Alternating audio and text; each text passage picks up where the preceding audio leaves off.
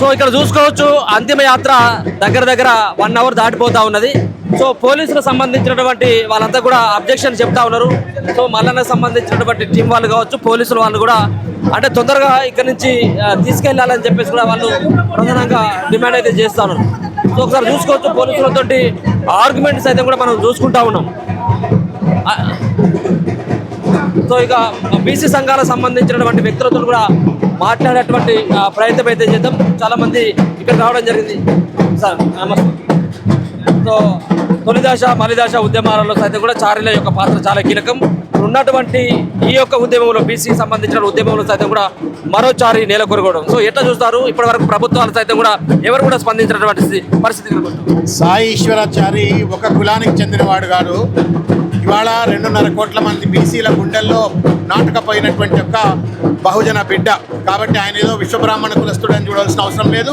2.5 కోట్ల మంది బీసీలకు ఆయన ముద్దు బిడ్డ, వాళ్ళ కుటుంబ సభ్యుడు. ఇది ముమ్మాటికి కూడా ప్రభుత్వం చేసినటువంటి ఒక దుర్మార్గమైన హత్య.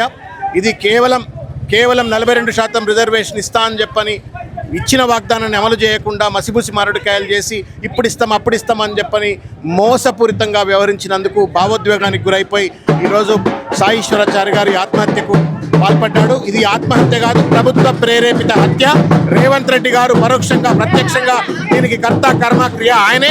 వాళ్ళ యొక్క తప్పుడు వాగ్దానాలతో కామారెడ్డి బీసీ డిక్లరేషన్ మొదలుకుంటే ఇప్పటిదాకా దానివల్ల ప్రజలను భావోద్వేగాలు రెచ్చగొట్టి ఓట్లు వేయించుకొని ఓట్లు దండుకొని అధికారంలోకి ఎక్కి బిల్లుల పేరు మీద డ్రామాలు, ఆర్డినెన్స్ పేరు మీద డ్రామాలు, ఢిల్లీలో డ్రామాలు, హైదరాబాద్లో డ్రామాలు, మొత్తానికి డ్రామాలు చేసి ఆఖరికి జీవో 46 ద్వారా మొత్తానికే పాత రిజర్వేషన్లు అమలు చేస్తామని చెప్పని పూర్తిగా కూడా నిరాశ నిస్పృహకు గురి చేస్తున్నారు. దాని ఫలితం ఈ ఆత్మహత్య. నేను ఒకటే విజ్ఞప్తి చేస్తా ఉన్నాను తెలంగాణలో ఉన్న బహుజన బిడ్డలకు, దయచేసి మనం కలిసి కట్టుగా కుండి పోరాడదాం, కానీ ఆత్మహత్యలు చేసుకోకండి. ఈ కరడు కట్టినటువంటి ఫ్యూడల్ మనస్తత్వం ఉన్న ప్రభుత్వానికి కర్రు కాల్చి వాత పెట్టాలంటే మనం అందరం పోరాట స్ఫూర్తితో ఉండాలి తప్ప ఆత్మహత్యలు చేసుకోవద్దని చెప్పని తెలియజేస్తా ఉన్నాను. ప్రభుత్వానికి విజ్ఞప్తి చేస్తా ఉన్నాను, మానవత్వం ఉంటే చీమునెత్తురుంటే రేవంత్ రెడ్డి ₹1 కోటి ఎక్స్గ్రేషియా వెంటనే ప్రకటించు. ఆయన భార్య కవిత పాపం పేదింటి భార్య, ఆ భార్యకు దయచేసి ప్రభుత్వ ఉద్యోగం కల్పించు. 3 పిల్లలు ఉన్నారు, 2 ఆడపిల్లలు 1 మగ పిల్లవాడు. వాళ్ళ 3 చదువు కూడా ప్రభుత్వం బాధ్యత తీసుకొని ఉచితంగా చదివించాలని చెప్పని కోరుకుంటాను. సో బాలన్న మీరు మొదటి నుంచి కూడా డిమాండ్ అదే. సో ఇప్పటి వరకు కూడా మీరు ఇంత డిమాండ్ చేసినా, నిన్న మీరు ధర్నాలు చేసినా, అక్కడ ఉన్నటువంటి బాడీ దగ్గర కూడా మీరు ఎన్నో పోరాటాలు చేసినా కానీ కేంద్ర రాష్ట్ర ప్రభుత్వాల నుంచి ఏ విధమైనటువంటి స్పందన లేదు. సో ఎట్లా చూస్తా ఉన్నారు దీన్ని? ఇప్పుడు మొదలు ఆయన భార్య పిల్లలకు ప్రభుత్వం వెంటనే ఆదుకోవాలి.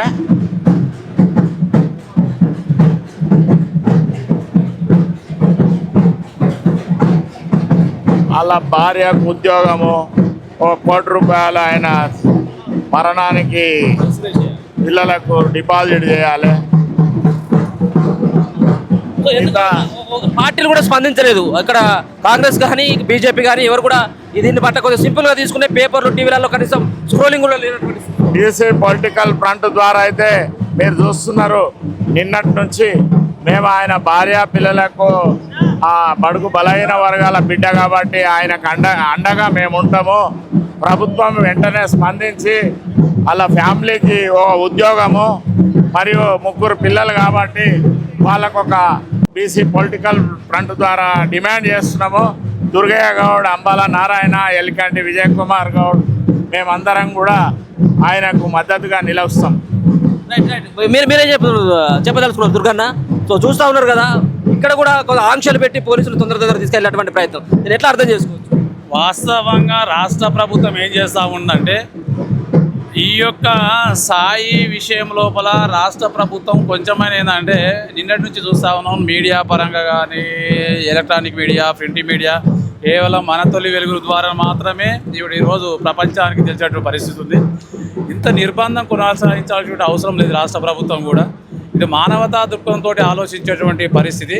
కానీ ఎక్కడ కూడా రాష్ట్ర ప్రభుత్వం ఆ విధమైనటువంటి చేయకుండా ఈరోజు ఎలక్ట్రానిక్ మీడియాను అడ్డుకోవడము, పేపర్లను అడ్డుకోవడము, అదేవిధంగా ఈరోజు ఎంతసేపు బాడీని ఏ విధంగా తప్పించాలి, ఏ విధంగా తీసుకుపోవాలనేటువంటి కార్యాచరణ తప్పితే అసలు ఈ బీసీ రిజర్వేషన్ల కోసము అంటే తెలంగాణ ఏదైతే మా మలిదేశ ఉద్యమంలో శ్రీకాంత్ అయితే ఇట్లా అభివృద్ధి ఈ 42% రిజర్వేషన్ల కోసం కూడా నేను ఆత్మబలిదానం చేసుకోవడం చాలా స్పష్టంగా చెప్పేసి ఆయన చేసుకోవడం జరిగింది.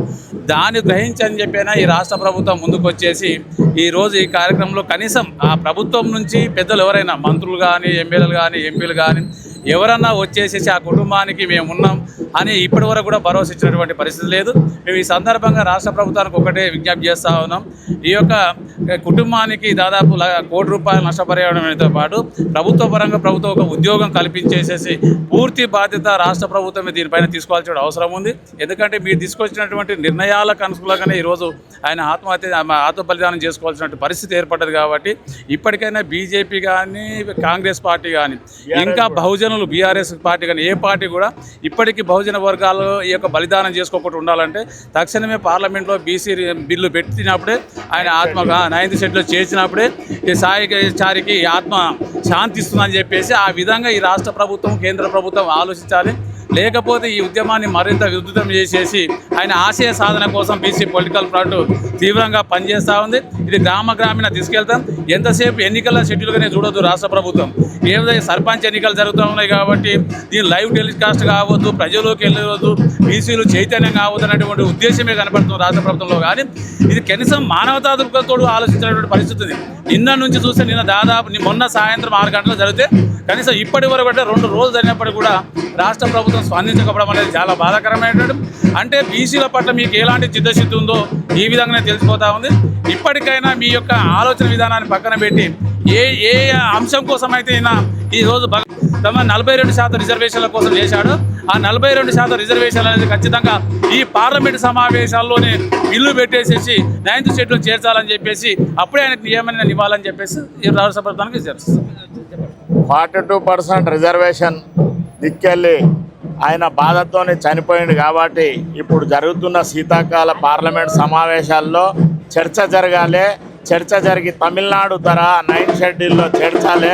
ఎందుకంటే తెలంగాణ రాష్ట్రంలో బీసీలందరూ కూడా ఆందోళన చెందుతూ, ఎందుకంటే గ్రామ పంచాయతీలు ఈ విధంగా ఉంది, రేపు ఎంపీటీసీ జెడ్పీటీసీలలో కూడా బీసీలకు అన్యాయం జరుగుతుందనే ఆవేదనతో ఉన్నారు. కాబట్టి ఇంకా ఇటువంటి చావులు జరగక ముందుకే రాష్ట్ర ప్రభుత్వం మంచి నిర్ణయం తీసుకొని ఈ కుటుంబానికి కూడా అండగా ఉండాలి.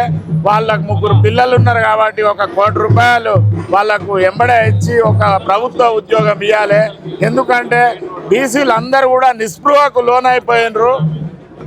ఏం జరుగుతుందో మాకు ఈ రాష్ట్రంలో బతుకు తెరువు లేదు, జీవనోపాధి లేదని చాలా బాధలో ఉన్నారు. కాబట్టి రాష్ట్ర ప్రభుత్వము వెంటనే స్పందించి ఈ విధంగా చేయాలి. ఇంకోటి దీని మీద ఈ మరణం మీద కూడా జ్యుడిషియల్ ఎంక్వైరీ చేయాలని మీ ద్వారా కోరుతున్నాం. మీరేం చెప్పదలుచుకున్నారు? ఇప్పటికి కూడా ప్రధానమైనటువంటి పార్టీలకు సంబంధించినటువంటి అగ్రనేతల యొక్క స్టేట్మెంట్ ఎక్కడ కనబడట్లేదు. పేపర్లో కూడా ఎక్కడో 1-2 పేపర్లలో ఏదో మూలన 1-2 చూసినా ఉంటుంది. సో ఇంత ఇష్యూ అయినప్పుడు కూడా లీడర్లు తీసుకోలేదు. అంతేకాకుండా పేపర్లు కానీ, మీడియా కానీ ఎవరు కూడా స్పందించినటువంటి స్థితిలో బీసీ సంఘాల నేతగా మీరు రేపు భవిష్యత్తు కార్యాచరణను ఏ విధంగా నిర్మించుకోపోతా ఉన్నారు? ఈ రాష్ట్రంలో కూటిలో కులం ఉన్నది, నీటిలో ఉన్నది, కడకు కాటిలో కూడా కులమే ప్రధానమైంది. ఇక్కడ పార్టీల కంటే కులము, అనగాన కులాలు, అగ్ర కులాల మధ్య జరుగుతున్న పంచాయతీగా కనపడతా ఉన్నది. అనగాన కులాలు ఓట్లు వేసుకోవడానికి కావాలి, అగ్ర కులాల పీఠాలు నిలబెట్టుకోవడానికి కావాలి. కానీ అగ్ర కులాలు అనగాన కులకు ఇచ్చిన మాటలు మాత్రం నిలబెట్టుకోవడానికి ఎక్కడ సిద్ధంగా లేరు. కేవలం ఓటు బ్యాంక్గా చూసి కామన్ డిక్లరేషన్లో ఇచ్చిన హామీని నిలబెట్టుకోలేని ఉద్దేశంతో 42% రిజర్వేషన్ ఇస్తా అన్న మాట నిలబెట్టుకోలేదు. కాబట్టి ఇవాళ ఈ పార్లమెంట్లో చట్టాలలో సమావేశాలు జరుగుతున్నా కూడా దీని గురించి మాట్లాడలేని ఉద్దేశంతో ఇవాళ సాయి ఈశ్వరాచారి గారు మరణం ఇవాళ తన బలవంతమైన మరణంగా ఇది ప్రభుత్వ హత్యగానే మేము చూస్తూ ఉన్నాం. ప్రభుత్వమే తక్షణమే దీని మీద దర్యాప్తు చేయాల్సిన అవసరం ఉంది. కేంద్ర రాష్ట్ర ప్రభుత్వాలు దీనికి బాధ్యత వహించవలసిన అవసరం ఉంది. ఇవాళ శీతాకాల పార్లమెంట్ సమావేశాలు జరుగుతూ ఉంటే కేంద్ర రాష్ట్ర ప్రభుత్వాలు కింద స్పందించకుండా పోవడం, నిజంగా ఇవాళ కులమే ప్రధానంగా స్థానిక సంస్థల ఎన్నికలు జరుగుతూ ఉంటే నల్గొండ జిల్లాలో కానీ మిగతా జిల్లాల్లో కూడా రెడ్లే ఆధిపత్యంగా గ్రామాల్లో పటేల్ పట్టువల రాజ్యం కోసం ఇవాళ స్థానిక ఎన్నికలు జరుగుతూ ఉన్నాయి. వాళ్ళ అగ్రకుల పునాదుల మీద ఇవాళ మా శవాల మీద వాళ్ళు శవ రాజకీయాలు చేస్తూ ఉన్నారు. కాబట్టి ఇవాళ ఒక్కరు కూడా మొన్న జరిగిన సంఘటన సాయి చరణ్ది ఎవరు కూడా తను పట్టించుకోకపోవడము, సరైన వైద్యం అందించకపోవడము, ప్రభుత్వం ఇప్పటికీ కూడా రాష్ట్ర ప్రభుత్వంలో కానీ క్యాబినెట్లో ఉన్న బీసీ మంత్రులు కూడా స్పందించకుండా పోవడము, ఒక ప్రకటన చేయకపోవడము ఇవాళ విచారకరము. నిజంగా ఇవాళ బలహీన వర్గాల బిడ్డలు ఇవాళ బీసీ రిజర్వేషన్ సాధించుకోవడం కోసం ముందుకు వస్తున్నప్పుడు క్యాబినెట్లో బీసీ మంత్రులు నైతికత లేదు, వాళ్ళు కొనసాగడానికి తక్షణం రాజీనామా చేయాలి, దీనికి బాధ్యత వహించవలసిన అవసరం ఉంది. అగ్రకులాలకు వస్తుంది మొలకండి. ఇవాళ బహుజన రాజ్యం నిర్మించాలంటే, బహుజనులకు సామాజిక న్యాయం జరగాలంటే ఇవాళ మేమెంతమంది మాకంత వాటాన్ని మాట్లాడినా మీరు ఇవాళ మీ భగవద్గీత ఖురాన్ ఏమైందని అడుగుతా ఉన్నాం. ఇవాళ చట్టసభల్లో పార్లమెంట్లో పెట్టకపోవడం వల్ల ఏ యువత కూడా ఇలాంటి ఆందోళనలకు గురి కావాల్సిన అవసరం లేదు. యువత కూడా బలం మన వాళ్ళు కాదు, కొట్లాడి బరిదగించి కొట్లాడదాం, పార్లమెంట్ చట్టాల ద్వారా సాధించుకుందాం అని చెప్పేసి యువతకి ఈ సందర్భంగా పిలుపునిస్తాం. మీరేం మాట్లాడదలుచుకున్నారు? సో ఈ రెండుల కుటుంబానికి ఆర్థిక సాయమో లేకపోయినట్లయితే ఉద్యోగమో దీని విషయంలో ఎక్కడ కూడా స్పందించలేదు. అంటే ఈరోజు రాష్ట్ర ప్రభుత్వం సాయి ఈశ్వరాచారి మరణం పట్ల స్పందించకపోవడం అంటే మరి బీసీ సమాజం పట్ల కూడా స్పందించకపోవడం అవుతుంది. సాయి ఈశ్వరాచారి చనిపోవడానికి కారణాలు ఈరోజు రాష్ట్ర ప్రభుత్వం వెతకాల్సిన అవసరం ఉంటుంది. కామారెడ్డిలో ప్రకటించిన 42% రిజర్వేషన్లు అమలు కాలేదని మరి సాయి ఈశ్వరాచారి బలవన్మరణానికి గురయ్యాడు. మరి ఆయన మరణానికి రాష్ట్ర ప్రభుత్వందే బాధ్యత కాబట్టి ఇప్పుడు అతనికి 3 పిల్లలు, భార్య, వాళ్ళ అమ్మ ఉంది, కుటుంబ సభ్యులు ఉన్నారు. వెంటనే రాష్ట్ర ప్రభుత్వం పెద్దలు స్పందించి వారి కుటుంబానికి 50 లక్షల ఎక్స్గ్రేషియా ఇవ్వాలని చెప్పి ఈ సందర్భంగా కోరుతున్నాము. ముఖ్యంగా ఈ 42% రిజర్వేషన్లు అమలు కాలేదని చనిపోయాడు కాబట్టి మరి జరిగే స్థానిక సంస్థల సర్పంచ్ ఎన్నికలలో బీసీ సమాజం అంతా కూడా అతనికి ఆత్మ శాంతించాలంటే మరి ఈరోజు జనరల్ స్థానాలలో కూడా బీసీ అభ్యర్థులను బీసీ సమాజం, దళిత సమాజం, తెలంగాణ ప్రజాస్వామిక శక్తులంతా కూడా గెలిపించుకుంటే అతని ఆత్మకు శాంతి ఉండ కాబట్టి మరి ఈరోజు తెలంగాణ సమాజం సాయి ఈశ్వరాచారి ఎందుకోసం మరణించాడు? అతను కేవలం తన కుటుంబం కోసం చనిపోలేదు. ఈరోజు 60% మంది బీసీ సమాజం పడుతున్న కష్టాలకు, వాళ్ళ యొక్క ఇబ్బందులను ఈరోజు రాష్ట్ర ప్రభుత్వం, కేంద్ర ప్రభుత్వం చేపడుతున్న విధానాలకు వ్యతిరేకంగా తను మరణానికి గురయ్యాడు కాబట్టి మరి ఈరోజు ఈ సమాజం అంతా కూడా ఆయన చావుకు సానుభూతితో పాటు అతని పట్ల రాష్ట్ర ప్రభుత్వం కూడా స్పందించాలి, అతని కుటుంబానికి అండగా ఉండాలి. ఈరోజు బీసీ సమాజం అంతా కూడా ఈరోజు ఇంత పెద్ద వేలాది మంది ఆయన మరణ శవయాత్రలో పాల్గొని మరి ఈరోజు ఇంతమంది పాల్గొంటున్నారు. మరి ఇప్పటికైనా రాష్ట్ర ప్రభుత్వం స్పందించాలి. ఇప్పటి వరకు ఎలాంటి స్టేట్మెంట్ ఇవ్వలేదు. బీసీ సంక్షేమ శాఖ నుండి కూడా కనీసం ఒక నివాళి ప్రకటన కూడా ఇప్పటి వరకు రాలేదు కాబట్టి మరి వెంటనే ఇప్పటికైనా స్పందించి మరి కుటుంబాన్ని ఆదుకోవాలని చెప్పి ఈ సందర్భంగా తెలియజేస్తున్నాం. మీరేం చెప్పదలుచుకున్నారు? ఇట్లాంటి చావులు, మొదటి చావు బీసీల కోసం ఏదైతే మీరు కొట్లాడుతా ఉన్నారో, సో ఇక బీసీలకు అన్యాయం జరిగిందని చెప్పేసి చనిపోయినటువంటి ఈశ్వరాచారి మరణం గురించి మీరేం చెప్పదలుచుకున్నారు? 42% రిజర్వేషన్లు ఇవ్వలేదనే సాయి ఈశ్వరాచారి చనిపోవడం జరిగింది. ఈ 42% రిజర్వేషన్లో రాష్ట్ర ప్రభుత్వం ఈ రోజు కూడా ప్రత్యేకమైన శ్రద్ధ వహించకుండా ఇక్కడ చావు జరిగిన ఇంతవరకు రాష్ట్ర ప్రభుత్వం, ముఖ్యమంత్రి రేవంత్ రెడ్డి గారు బాధ్యత వహించకుండా తన యొక్క మొండి వైఖరితో పోతున్నాడు. ఇప్పటికైనా రాష్ట్రంలో ఉన్న బీసీలందరికీ చెప్తున్నాం, ఇది తెలంగాణ ప్రజాశక్తులు, దళిత శక్తులు, బీసీ సంఘాలు జనరల్ స్థానాల్లో కూడా ఎక్కువ పోటీ చేసి ఈ సాయి ఈశ్వర్కి అవే ఘనమైన నివాళులుగా ఉండాలని కోరుకుంటున్నాం. ఆ దశలోనే బీసీ ఉద్యమం ఉంటుంది. ఇప్పటికైనా రాష్ట్రంలో ఉన్న బీసీ ప్రజలందరికీ, బీసీ ప్రేమికులందరూ చెప్తున్నాం, మీరు టీవీల కాడ ఉండి టీవీలు చూడకండి, దయచేసి చెప్తే ఇక్కడ ఉద్యమం జరుగుతుంది. రాష్ట్రంలో ఉద్యమాలలో పాల్గొనండి, చావులు ఆపండి, ఆత్మహత్యలు ఆపండి అని చెప్తున్నాం. ఇంకా బీఆర్ఎస్ పార్టీలో ఉన్న బీసీలకు చెప్తున్నాం, రండి ప్రజాక్షేత్రంలో ఉండి యుద్ధం చేద్దాం. తమిళనాడు తరహాలో 9th షెడ్యూల్ ఉద్యమంలో కొనసాగుతాం. ఆ దశలోనే పోరాటాలు ఉంటాయి. ఆ దశలో మనం ఐక్య పోరాటాలు చేస్తే 42% రిజర్వేషన్లు రాజ్యాంగబద్ధంగా 49వ షెడ్యూల్లో పెట్టుకోవడం జరుగుతుంది. నా పేరు అవారు వేణుకుమార్. 42% రిజర్వేషన్ సాధన సమితి స్టీరింగ్ కమిటీ మెంబర్.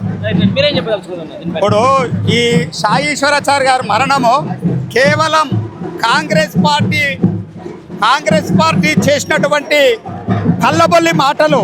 వాళ్ళు కామారెడ్డిలో బీసీలకు 42% రిజర్వేషన్ ఇస్తామన్నందుకు బీసీల మందరం నమ్మి ఈ కాంగ్రెస్ పార్టీని అధికారంలోకి తీసుకొస్తే ఇవాళ బీసీలను నట్టేయడం వచ్చి 17%కే ఈ రిజర్వేషన్లను ప్రకటించే ఎన్నికలకు పోతుంటే మనస్తాపం చెంది సాయి ఈశ్వరాచారి గారు తన పిట్టలు పోసుకొని తగలబెట్టుకున్నాడు. అట్లాంటి సాయి ఈశ్వరాచారి యొక్క ఆత్మ బలిదానం వృధా పోకుండా ఉండాలంటే తక్షణమే రేవంత్ రెడ్డి స్పందించి ఇవాళ గ్రామ పంచాయతీ ఎన్నికలను రద్దు చేసి 42%తో రిజర్వేషన్లు ప్రకటించాలి. లేని ఎడల అతనికి ఖచ్చితంగా మేము రాష్ట్రంలో ఉన్నటువంటి బీసీలకు ఇవాళ ఈ అందమయాత్ర ద్వారా పిలుపునిస్తున్నాము.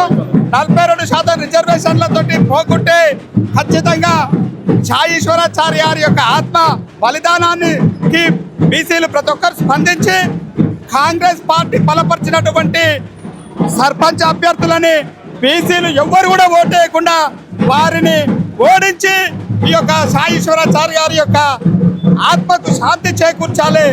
కాబట్టి తక్షణమే రేవంత్ రెడ్డి గారు మీ యొక్క కళ్ళబల్లి మాటలని నమ్మి ప్రజలు ఇంకా మోసపోతుంటే రేవంత్ రెడ్డి గారు మీరు మీ హామీలు అమలు పరచకుంటే తక్షణమే మీరు ముఖ్యమంత్రిగా రాజీనామా చేయండి. ఇంకొకరిని నెక్కిద్దామి వాళ్ళన్న అమలు పరుస్తారు కాంగ్రెస్ పార్టీ యొక్క హామీలని. కానీ చేత కాదు, మీతోటి ఏది కాదో తెలిసిపోయింది. కాబట్టి నువ్వు తక్షణమే రాజీనామా చేయాలని చెప్పేసి మేము బీసీల తరఫున డిమాండ్ చేస్తున్నాం. జోహార్లు సాయి ఈశ్వర్. ఈరోజు సాయి ఈశ్వరాచారి మరణము ఈరోజు తెలంగాణలో ఉన్నటువంటి 4 కోట్ల మంది ప్రజలను చాలా బాధించింది. ఎందుకంటే ఈరోజు బీసీల యొక్క 42% కోసము తన ప్రాణాన్ని సైతం లెక్క చేయకుండా చనిపోవడం నిజంగా ఈ కాంగ్రెస్ పార్టీ బీజేపీ పార్టీ యొక్క బాధ్యత వహించాలి. ఎందుకంటే వాళ్ళు వాగ్దానం చేసిరో 6 నెలల్లో మేము అధికారంలో 6 నెలల్లో ఈ యొక్క స్థానిక సంస్థల్లో 42% రిజర్వేషన్లు అని చెప్పిన తర్వాత రేవంత్ రెడ్డి గారు ఏం చేయాలి? ఆ బిల్లు శాసనసభలో బిల్లు గవర్నర్కు తర్వాత రాష్ట్రపతికి వచ్చిన తర్వాత అక్కడ రాష్ట్రంలో ఉన్నటువంటి అన్ని రాజకీయ పార్టీలను కలుపుకొని ప్రధానమంత్రి దగ్గరికి వెళ్ళి పార్లమెంట్లో పెట్టి 9th షెడ్యూల్లో పెట్టాలి. అది ప్రాసెస్. అది కాకుండా ఆయన చిత్తశుద్ధి లేకుండా ఈరోజు ఏం చేశాడు? అనేక రకమైనటువంటి జీవోలు తీసుకొచ్చి ఈరోజు బీసీల మోసం చేసినటువంటి కాంగ్రెస్ పార్టీ. నేను అడుగుతా ఉన్నాను రేవంత్ రెడ్డి గారు, మరి నిన్న ప్రధానమంత్రి అపాయింట్మెంట్ ఏ విధంగా దొరికింది? అంటే నీ రియల్ ఎస్టేట్ కోసము, నీ 4th సిటీ ఫ్యూచర్ సిటీ కోసము, నీ ఫ్యూచర్ కోసము ప్రధానమంత్రి అపాయింట్మెంట్ తీసుకుంటావు. కానీ ఈ యొక్క 2.5 కోట్ల మంది బీసీల గురించి ఎందుకు పట్టించుకోలేదు రేవంత్ రెడ్డి అడుగుతా ఉన్నాను. అదేవిధంగా మన బీజేపీ పార్టీని కూడా ఆలోచిస్తే బీజేపీ పార్టీని ఒకటే అడుగుతాను, మీరు బీసీ ముఖ్యమంత్రి అంటారు కదా, బీసీ ముఖ్యమంత్రి కాదబ్బా, మీరు ముఖ్యమంత్రి కాదు, మేము కనీసం సర్పంచులు ఎంపీటీసీలుగా అయ్యేటువంటి యొక్క ఈ రిజర్వేషన్కి ఎందుకు మద్దతు ఇవ్వలేదు? మీ ఎంపీలు 8 మంది ఎంపీలు ప్రధానమంత్రి దగ్గరికి వెళ్ళి ఎందుకు మీరు అక్కడ పార్లమెంట్లో బిల్లు పెట్టించి 9th షెడ్యూల్ చేసే విధంగా చేయలేదు?